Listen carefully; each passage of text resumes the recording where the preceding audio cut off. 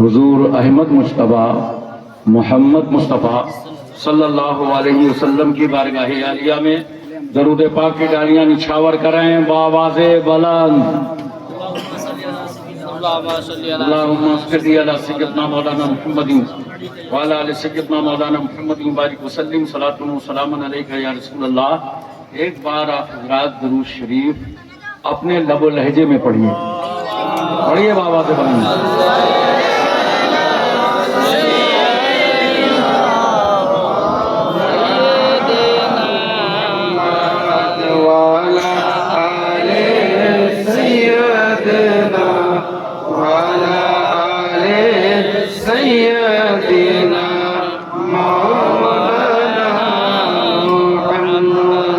صلی اللہ علیہ نبی الامی وآلہ صلی اللہ علیہ وسلم صلاۃ و سلام علیکہ یا رسول اللہ۔ حضرات، ہم اور آپ سب غوث الورا کانفرنس میں حاضر ہیں۔ جماعت اہل سنت کی ایک عبقری شخصیت مفکر اسلام حضرت علامہ مولانا مفتی عبدالغفور صاحب، خلیفہ حضور مفتی اعظم ہند قبلہ مدد اللہ العلی والنورانی، ہماری آپ کی سب کی سرپرستی اور صدارت فرما رہے ہیں۔ دعا کر لیجئے کہ اللہ تبارک و تعالی ہمارے بزرگ عالم دین کو صحت و سلامتی عطا فرمائے۔ اسٹیج علماء کرام سے کھچا کھچ بھرا ہوا ہے۔ بنگلہ زبان میں آپ نے خوب تقریریں سنی ہیں، آمین بنگلہ بوجھو نا۔ اب آپ اردو میں سننے کی تیاری کیجیے۔ اجلاس کے روح رواں حضرت مولانا نور الاسلام صاحب، مولانا شبیر صاحب، مولانا عبدالرشید صاحب، یہ تمام مقدس علماء کرام۔ حضرت آپ کا کیا نام ہے؟ مولانا مجیب الرحمان صاحب، یہ تو ہمیں ایئرپورٹ تک لینے گئے تھے۔ بڑی محنت مشقت کے ساتھ آپ نے جلسہ سجایا ہے، اور میں چاہتا یہ ہوں کہ ہماری ماں بہنیں، ہمارے نوجوان بھائی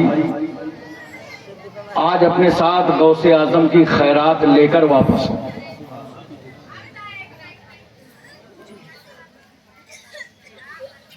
دو مصرے حاضر ہیں، سماعت فرمائیں۔ علماء کی خاص توجہ۔ فرمایا خدا نے ہمیں دے کر حیدر سا نگہبان۔ بے شک سبحان۔ تھوڑا سا بولتے رہیے، ہوں ہاں کریے۔ میری تقریر پارٹنرشپ میں ہوتی ہے، تھوڑا آپ بولیں تھوڑا ہم بولیں، دونوں کا کام چل جائے۔ یہ تو ہماری برادری کے لوگ ہیں، بولیں گے ہی۔ فرمایا خدا نے ہمیں دے کر حیدر سا نگہبان، فَبِأَيِّ آلَاءِ رَبِّكُمَا تُكَذِّبَانِ، فَبِأَيِّ آلَاءِ رَبِّكُمَا تُكَذِّبَانِ۔ دو مصرے اور علماء ہی کی نظر ہیں، خواص سمجھ لیں تو سبحان اللہ۔ دلوں میں بغض علی اور جنت کا جنون، دلوں میں بغض علی اور جنت کا جنون، ان للہ و انا الیہ راجعون، سبحان اللہ سبحان اللہ، ان للہ و انا الیہ راجعون۔ چار مصرے حاضر ہیں، سماعت فرمائیں۔ فولاد کا دل، پتھر کا جگر، سب پارا پارا ہوتا۔ فولاد کا دل، پتھر کا جگر، سب پارا پارا ہوتا ہے۔ جب نام علی کا لیتے ہیں میدان ہمارا ہوتا ہے۔ نعرہ تکبیر، نعرہ رسالت، نعرہ رسالت، علماء اہل سنت۔ مہنگائی کا رونا وہ روئیں، بازار ہے جن کی آنکھوں میں۔ مہنگائی کا رونا وہ روئیں، بازار ہے جن کی آنکھوں میں۔ اپنا تو حسین اعظم کے ٹکڑوں پہ گزارا ہوتا ہے، اپنا تو حسین اعظم کے ٹکڑوں پہ گزارا ہوتا ہے۔ 4 مصرے اور حاضر ہیں، پڑھے لکھے لوگ بیٹھے ہیں، سمجھنے کی کوشش کیجیے گا۔ اس وقت بھارت کی فیلڈنگ بہت ٹائٹ چل رہی ہے، اس لیے چوے چھکے تو نہیں لگ سکتے، کہیں کہیں کٹ کروں گا، سمجھنے کی کوشش کیجیے گا۔ ہم ہی کو قاتل کہے گی دنیا، ہمارا ہی قتل عام ہوگا۔ ہم ہی کو قاتل کہے گی دنیا، ہمارا ہی قتل عام ہوگا۔ ہم ہی کنویں کھودتے پھریں گے، ہم ہی پہ پانی حرام ہوگا۔ ہم ہی کنویں کھودتے پھریں گے، ہم ہی پہ پانی حرام ہوگا۔ اگر ذہنیت یہی رہی تو مجھے یہ ڈر ہے کہ اس صدی میں، اگر ذہنیت یہی رہی تو مجھے یہ ڈر ہے کہ اس صدی میں نہ کوئی عبد الحمید ہوگا نہ کوئی عبد الکلام ہوگا۔ محترم حضرات،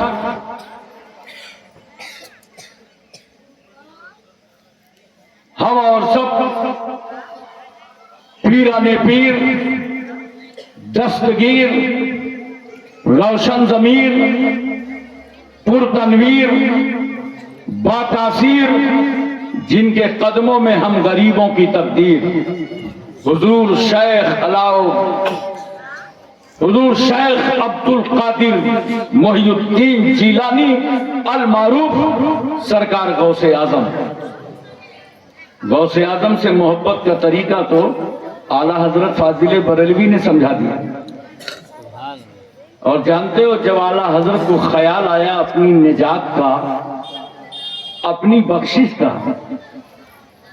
تو تقوی کا، طہارت کا، دارالفتہ کا، علم کا، پرہیزگاری کا، عاجزی کا، انکساری کا، تواضع کا سہارا نہیں لیا، بلکہ کیا فرماتے ہیں؟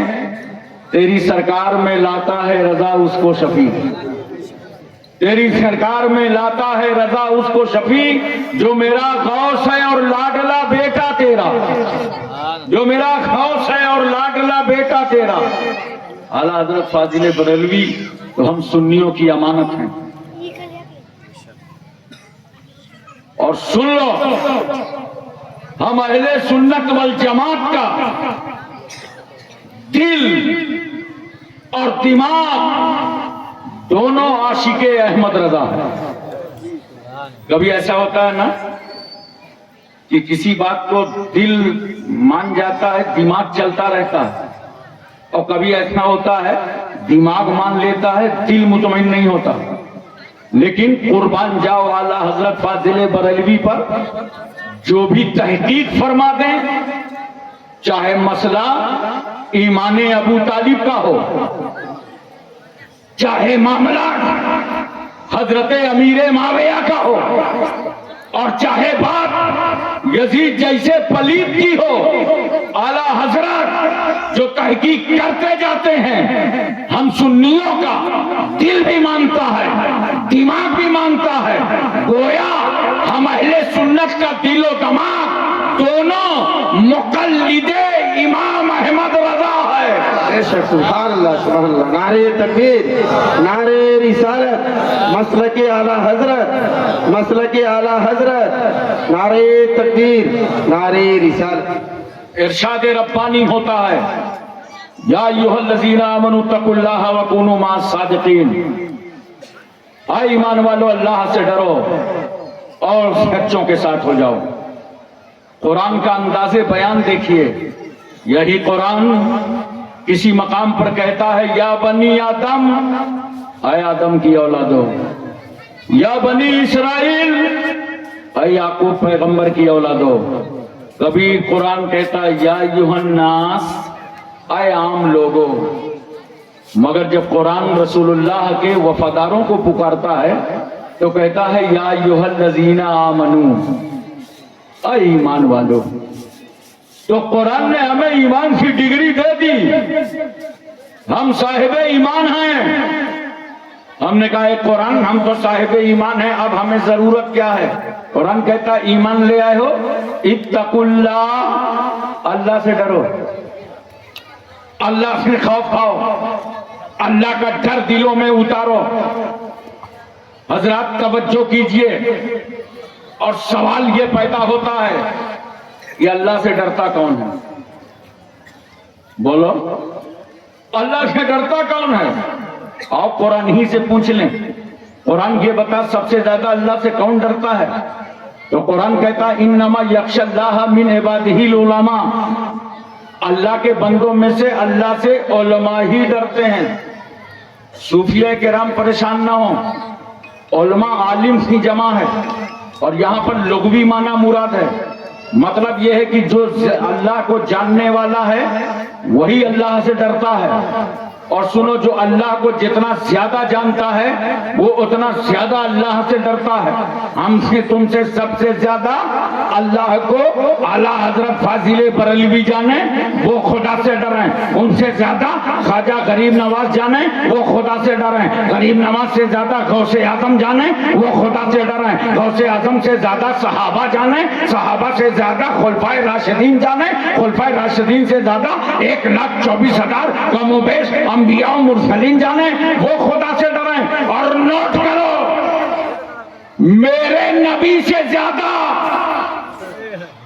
کوئی خدا سے ڈرتا ہی نہیں ہے، اس لیے کہ نبی سے زیادہ کوئی خدا کو جانتا ہی نہیں ہے۔ نعرے تکبیر، نعرے رسالت، نعرے رسالت، خلیفہ حضور سرکار کلام، خلیفہ حضور سرکار کلام، نعرے تکبیر، نعرے رسالت۔ اے مسلمانوں، اپنے دلوں میں خدا کا خوف اتارو۔ آج جو ہم پوری دنیا میں پیٹے جا رہے ہیں، مارے جا رہے ہیں، کچلے جا رہے ہیں، چاہے ہندوستان ہو، چاہے امریکہ ہو، چاہے اسرائیل ہو، ہر جگہ ہمارا قتل عام جو ہو رہا ہے نا، اس کی واحد وجہ ہے کہ ہمارے دلوں سے خدا کا خوف نکل گیا ہے۔ ذرا خدا کا خوف اتارو، اپنے دلوں میں اللہ کا ڈر پیدا کرو۔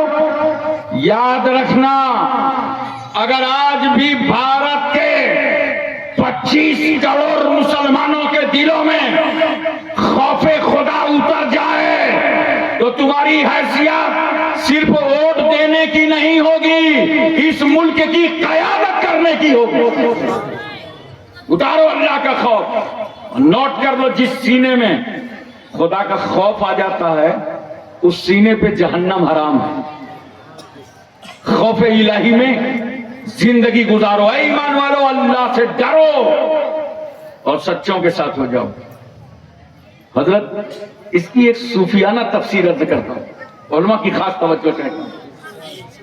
بولو، آپ کو میری باتیں سمجھ میں آ رہی ہیں؟ ذہن میں باتیں اتر رہی ہیں؟ سبحان اللہ۔ ایمان والو، اللہ سے ڈرو، توجہ کیجئے، اور اپنے ایمان اور اعمال کی حفاظت کے لیے سچوں کے ساتھ ہو جاؤ۔ ایمان بہت بڑا سرمایہ ہے، خوف خدا بہت بڑا سرمایہ ہے۔ یہ دونوں چیزیں مل گئی ہیں تو ان کی حفاظت کرنا ہے۔ ان کی حفاظت کہاں ہوگی؟ سچوں کے ساتھ ہو جاؤ۔ سچے صحابہ ہیں، سچے سلف صالحین ہیں، سچے اولیاء کرام ہیں، بزرگان دین ہیں، قطب الدین بختیار کاکی، محبوب الہی، صابر کلیری، زندہ شاہ مدار، وارث دیوا، مخدوم کچوچا، مخدوم جاجمو، نصیر الدین چراغ دہلوی، شاہ جمال اللہ رامپوری، منور علی شاہ الہ آبادی، شرف الدین یحییٰ منیری، علاء الحق پنڈوی، آقی سراج الدین، مخدوم ماہم، بابا بہاؤدین، بابا تاج الدین، مخدوم شاہ میرا، سید سالار مسعود غازی، سرکار مہرارا، سبحان اللہ، امام ربانی مجدد الفسانی، شیخ احمد سرہندی، مجدد اسلام، امام احمد رضا۔ ایمان والو، اللہ سے ڈرو اور سچوں کے ساتھ ہو جاؤ، اور اپنے ایمان اور اعمال کی حفاظت کے لیے سچوں کے ساتھ ہو جاؤ۔ دیکھو، سچی بات کہنے میں مجھے ڈر نہیں ہے۔ تھانوی بڑا ذہین تھا، نانوتوی بڑا ذہین تھا، امبیٹوی بڑا ذہین تھا، دہلوی بڑا ذہین تھا، علم تھا، صلاحیت تھی، معلومات تھی. یہ سوال یہ ہے کہ گمراہ کیوں ہو گئے؟ یہ رسول اللہ کی شان میں گستاخی کیوں کر بیٹھے؟ یہ گمراہی کیوں ان کے ہاتھ آ گئی؟ تو جانتے ہو سب کچھ تھا، ہاتھ میں سچوں کا دامن نہیں تھا. اور جب ہم نے دوسرا سائڈ دیکھا اعلیٰ حضرت فاضل بریلوی کا، تو علم ہے، معلومات ہے، وہیں ہاتھوں میں سید آل رسول مہروی کا دامن ہے. اے ایمان والو، اللہ سے ڈرو اور اپنے ایمان اور اعمال کی حفاظت کے لیے سچوں کے ساتھ ہو جاؤ. دوسری صوفیانہ تفسیر سنیے. اے ایمان والو، اللہ سے ڈرو اور اللہ کا ڈر تلاش کرنے کے لیے سچوں کے ساتھ ہو جاؤ. خدا کا خوف تم کو ملے گا کہاں؟ دلی کی پارلیمنٹ میں، کلکتہ کی اسمبلی ہاؤس میں، جنتر منتر پہ، راہوں چوراہوں میں نہیں. خدا کا خوف تمہیں غوث اعظم کے آستانے میں ملے گا، خواجہ غریب نواز کی چوکھٹ پہ ملے گا. ایمان والو، اللہ سے ڈرو اور اللہ کا ڈر تلاش کرنے کے لیے سچوں کے ساتھ ہو. دوستوں اور بزرگوں، ان بزرگوں سے لگے رہو. مزاروں میں جاتے ہو نا، بولو تھوڑا منہ ہاں کرو. جی حضرت شیخ علاء الحق پنڈوی رحمت اللہ علیہ کی بارگاہ حاضری دینے جاتے ہو؟ اخی سراج الدین کے آستانے پہ جاتے ہو؟ بولو اجمیر بھی گئے ہوگے. اچھا، بعض لوگوں کو طریقہ نہیں معلوم حاضری دینے. گئے حاضری دینے، وہاں جا کر کے مزار پہ سیدھے پیر دبانے لگے، مزار ہی کو دابنے لگتے ہیں.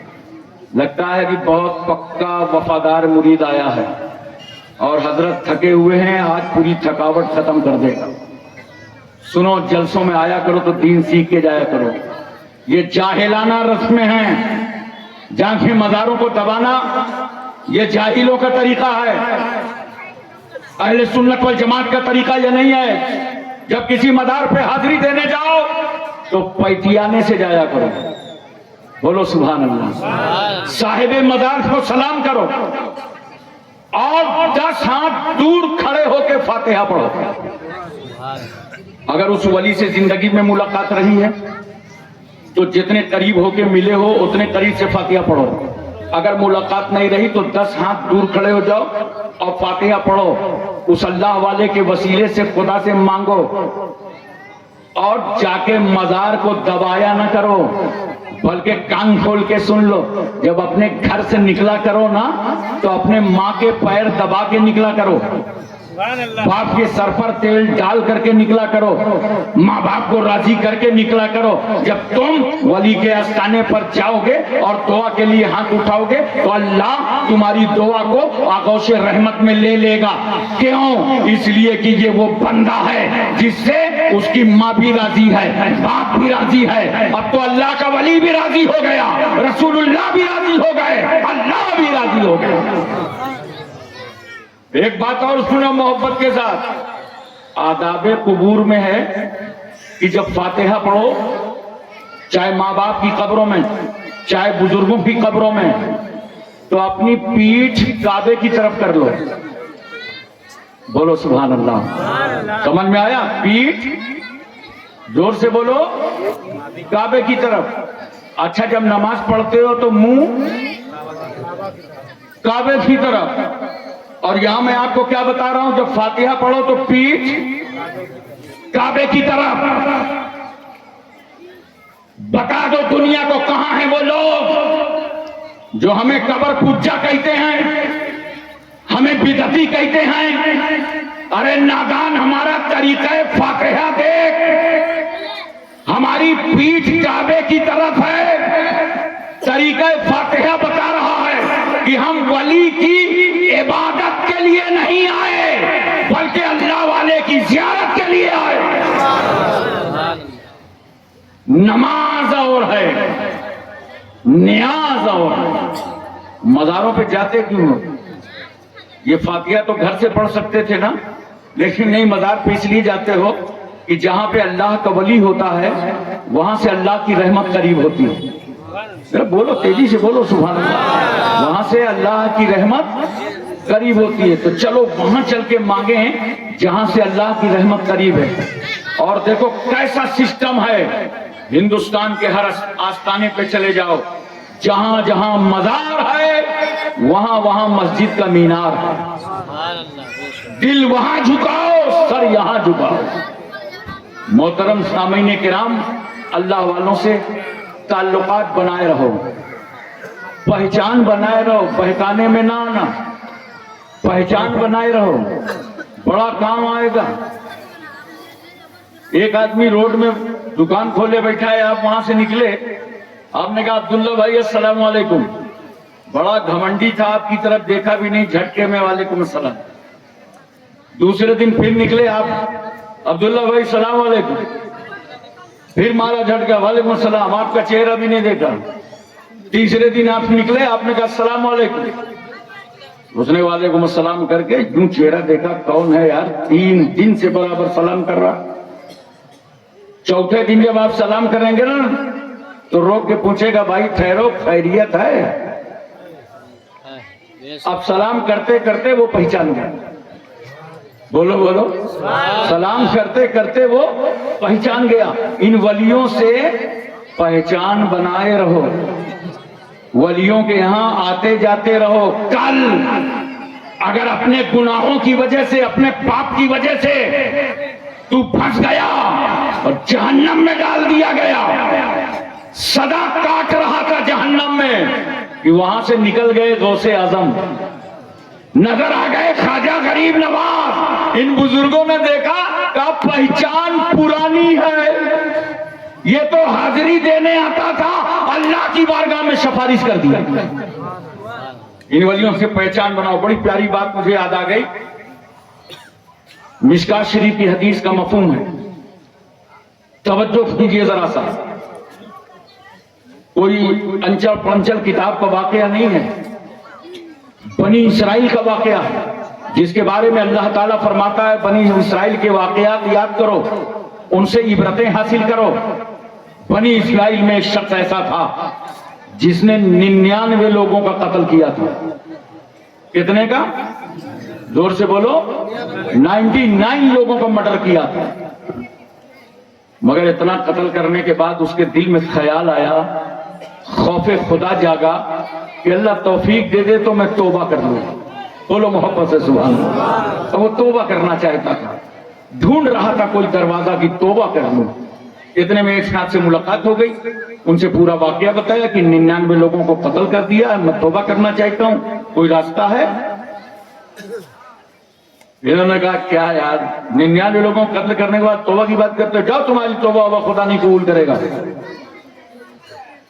میرا خیال ہے انڈین ہوتا تو کہتا 900 چوہے کھانے کے بعد بلی چلی ہے حج کو، ایسا کہاں چلے گا؟ تو اس نے دیکھا 99 میں تو توبہ قبول ہوگی نہیں، تو سنچری رہ کیوں جائے، اس کا بھی قتل کر دیا، ریکارڈ بنا دیا، 100 لوگوں کا قاتل ہو گیا، 100 لوگ کاٹ کے رکھ دیا۔ اس کے بعد تھوڑے دنوں کے بعد پھر دل میں خیال آیا کہ اگر اللہ توفیق دے دیتا تو میں توبہ کر لیتا۔ ایک صاحب سے ملاقات ہو گئی، ان سے پورا واقعہ بتایا کہ 99 کو قتل کیا، ایک سے توبہ کے لیے پوچھا تو اس نے کہا تیری توبہ اب نہیں قبول ہوگی، تو اس کا بھی قتل کر دیا۔ اب آپ مسئلہ بتائیے کہ اللہ میری توبہ قبول کر لے گا؟ یہ بڑا چالاک تھا، مسئلہ مشہور ہے نا، نیم مولوی خطرہ ایمان، نیم حکیم خطرہ جان، وہ آدھا تھا۔ اس نے کہا بھائی سنو، یہ بہت بڑا مسئلہ ہم سے پوچھ رہے ہو، ہم چھوٹے موٹے آدمی ہیں، بتا نہ پائیں گے، دیکھو سامنے ایک گاؤں ہے، وہاں چلے جاؤ، وہاں کچھ اللہ کے ولی رہتے ہیں۔ ارے بولو بولو سبحان اللہ، اللہ والے رہتے ہیں، صالحین رہتے ہیں، وہاں چلے جاؤ، وہ تمہیں توبہ کا طریقہ بتائیں گے۔ یہ انسان چل پڑا، کہاں گیا؟ اللہ کے ولیوں سے ملنے گیا، بولو سبحان اللہ، اللہ والوں سے ملنے گیا، اور چلتے چلتے راستے میں اس کی روح نکل گئی، انتقال ہو گیا، وہ مر گیا۔ جیسے ہی انتقال ہوا تو عذاب کے فرشتے آ گئے، اس 100 آدمیوں کا قاتل ہے، اس کو ہم لے جائیں گے۔ وہیں دیکھو تو رحمت کے فرشتے چلے آ رہے ہیں، اور کہہ رہے نہیں یہ اللہ کے ولیوں سے ملنے جا رہا تھا، اسے ہم لے جائیں گے۔ اللہ اکبر۔ اللہ نے فرمایا فرشتوں زمین ناپ لو، اگر یہ قاتل اپنے گھر کے قریب ہو تو اسے عذاب کے فرشتے لے جائیں، اور اگر یہ میرے ولیوں سے قریب ہو تو اسے رحمت کے فرشتے لے جائیں۔ زمین ناپی گئی اور اللہ نے حکم دے دیا زمین کو سمٹ جانے کا۔ تو جب زمین کی نپائی ہوئی تو ایک بالشت یہ اللہ کے ولیوں سے قریب تھا۔ بولو محبت سے سبحان اللہ۔ اس لیے میں عرض کرتا ہوں ولیوں سے ملتے رہو، پہچان بنائے رہو، جاتے رہو۔ آج سیدنا غوث اعظم کی کانفرنس میں بیٹھے ہو، صرف یہاں کرامتیں سننے نہیں آئے ہو، غوث اعظم کا کردار اپناؤ، اپنی زندگی کو بدلو، اپنی زندگی میں تبدیلیاں لاؤ، اور سن لو اعلیٰ اولاد کی پرورش پر ماں باپ کا بہت بڑا اثر ہوتا ہے۔ ماں باپ کو بھی خیال کرنا چاہیے۔ آج ہماری کچھ بیٹیاں واٹس ایپ، فیس بک، انسٹاگرام کے ذریعے سے گمراہ ہو رہی ہیں، اور وہ کافروں سے شادیاں کر رہی ہیں۔ بولو روزمرہ یہ مسائل آ رہے ہیں، اور بعد میں ہوتا کیا ہے، دھکے دیکھ کر کے وہ چھوڑ دیتے ہیں۔ نہ خدا ہی ملا نہ وصال صنم۔ جوان بیٹیوں میں یہ باتیں پیدا ہو رہی ہیں۔ میں عرض کرنا چاہتا ہوں ماں باپ سے کہ جہاں ان بیٹیوں کا قصور ہے وہیں ماں باپ کا قصور ہے۔ ماں باپ کا قصور یہ ہے کہ ان بیٹیوں کا رشتہ اور نکاح، جب نکاح کی عمر ہو جائے تو فوراً ان کی شادی کر، تاخیر مت کرو ان کی شادیوں میں، اور بلا ضرورت ان بیٹیوں کے ہاتھوں میں موبائل مت دو۔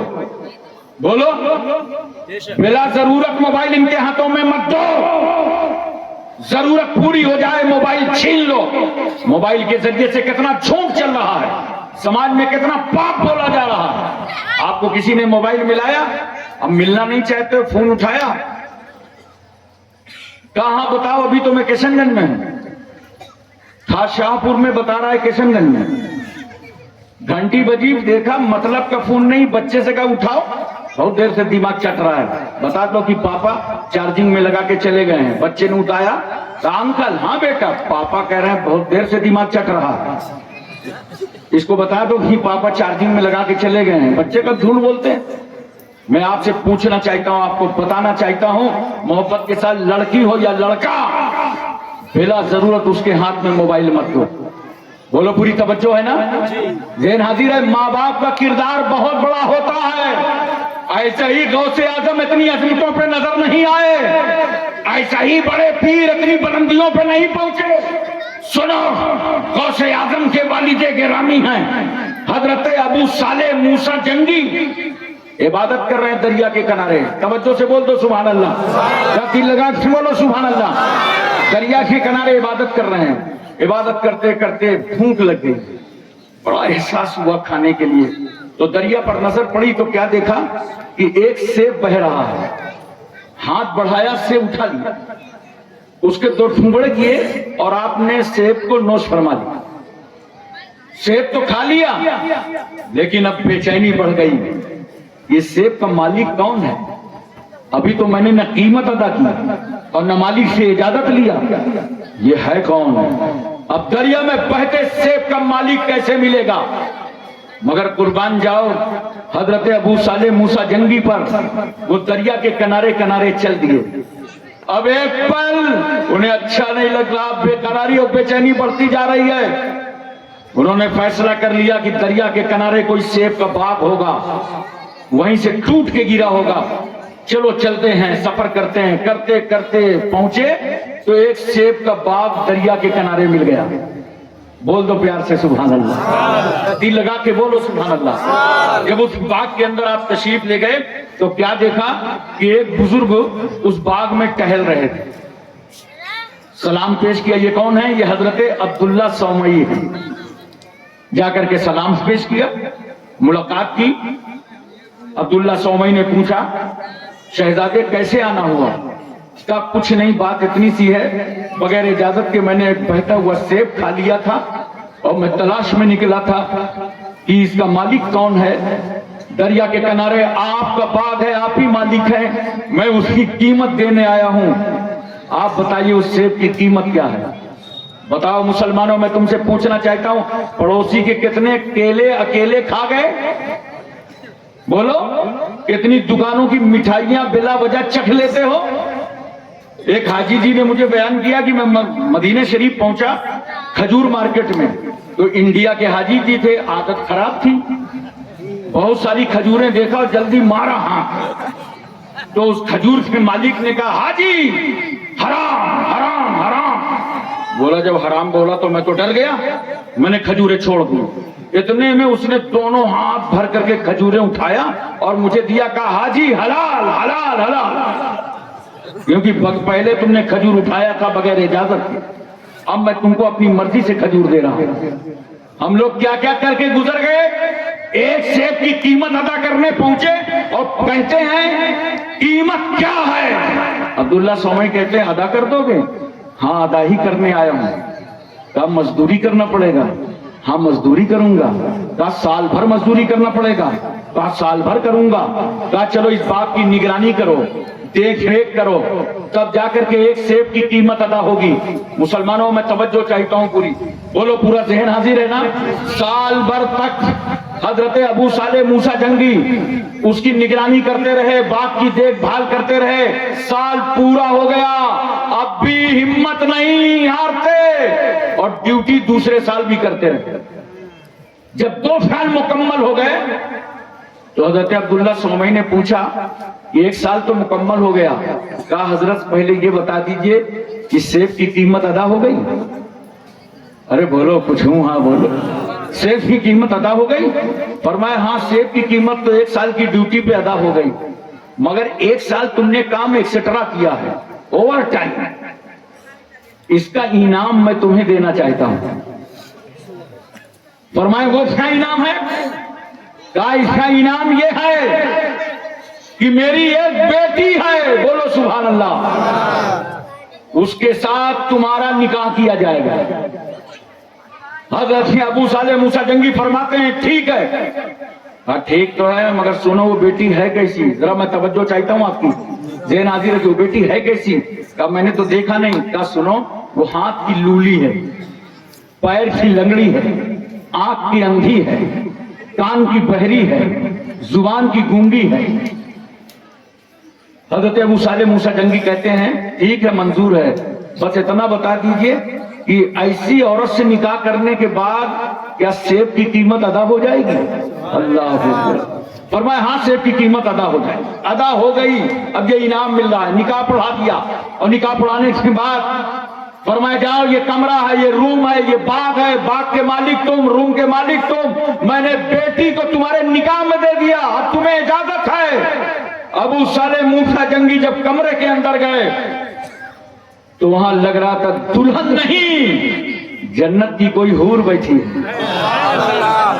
اللہ اکبر. گئے, جا کر کے سلام کیا, وعلیکم السلام زبان سے ادا ہوا, ہاتھ چل رہے ہیں, پیر کام کر رہے ہیں, نگاہیں دیکھ رہی ہیں. فوراً واپس پلٹ آئے اور آ کر کے کہتے ہیں عبداللہ سومئی سے کہ حضرت جو آپ نے بتایا تھا وہ میں نے کمرے میں پایا نہیں, اور جو پایا ہے وہ آپ نے بتایا نہیں.